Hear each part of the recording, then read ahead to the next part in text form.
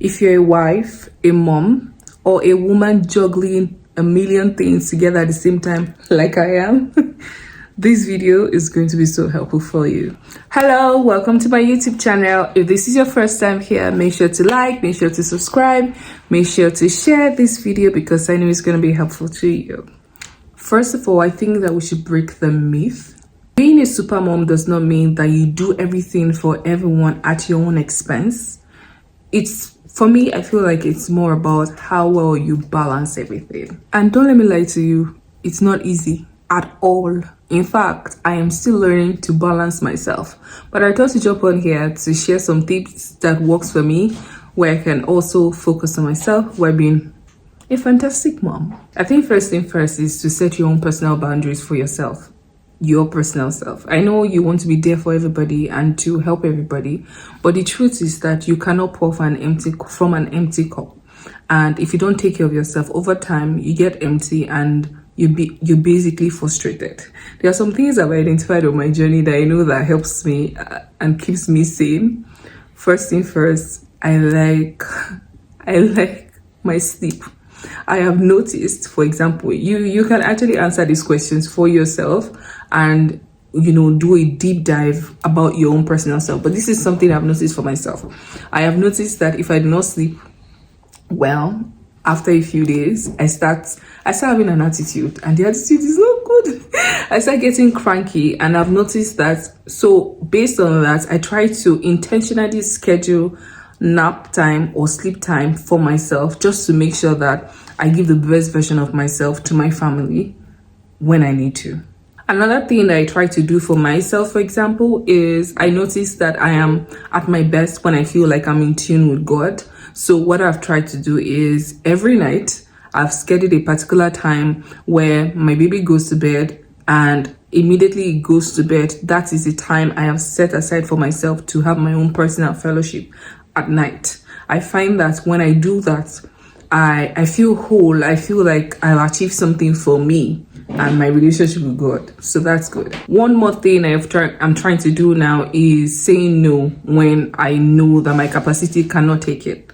So for someone like me, I know that I like doing a lot of things. In fact, I derive pleasure in being busy. Once I'm done with one, I move on to the next and all of that. But I have noticed that my inability to say no just makes me really stressed. And the main things I'm now meant to do, I am not able to do them because I couldn't say no to the things that are really no priority. So now I've tried to prioritize my time and see the things that are really important to me. And those are the things that I get done first. If I have extra time, then I'm going to say yes to you or any other task you're trying to bring me on board. Even saying no to myself at times. There was a platform I was meant to volunteer for recently, and I really desired to volunteer for this platform.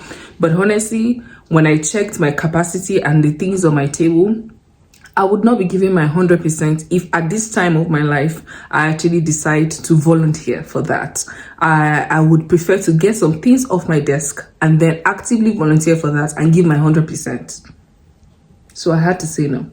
Another thing I have tried is I have tried to set aside, it's still like a prayer time, but now it's a thinking time, like a time for me early in the morning before I wake any other person up. Even if it's just 5-10 minutes, I just want to soak in the silence.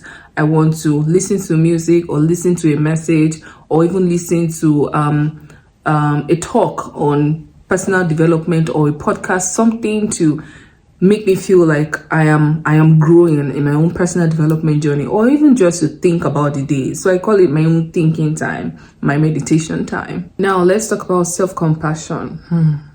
I know that moms tend to feel guilty when we set out time to take care of ourselves, but one thing I feel like we don't remember most of the time is that you are a woman. You have your own dreams, your own aspiration before you started building a family.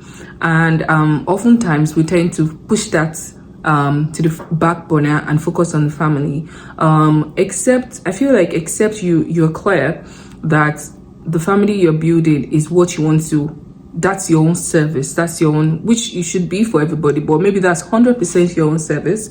I would advise that you still follow your own dreams and still try to build the life that you once envisioned for yourself, so that when the kids are gone, when husband has a PhD degree, you will not be wondering, this is not to self actually, you will not be wondering what you did with your time. And also remember that growth is really not just about your career goals or personal goals. It's also about your well-being.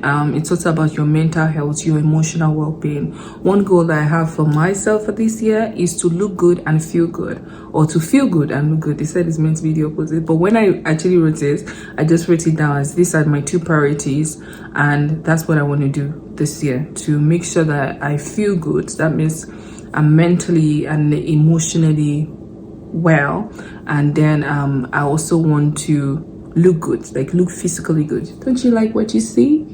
Prioritize, really see the things that really matter and do the things that matter, because at the end of the day, there are a lot of things to be done, but you want to do the things that will give you maximum satisfaction and will push you towards that growth, that career that you want, that personal development goal that you want for yourself.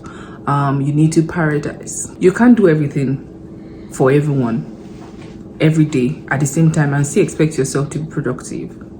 I really hope that this video helps you and inspires you to find that balance, because we all need it. And I hope that it also gives you practical tips, as I've shared some of the practical things that I do for myself on how to balance your time as a mom and still be a super mom, but still have special moments for yourself. Don't forget to share, subscribe, and like.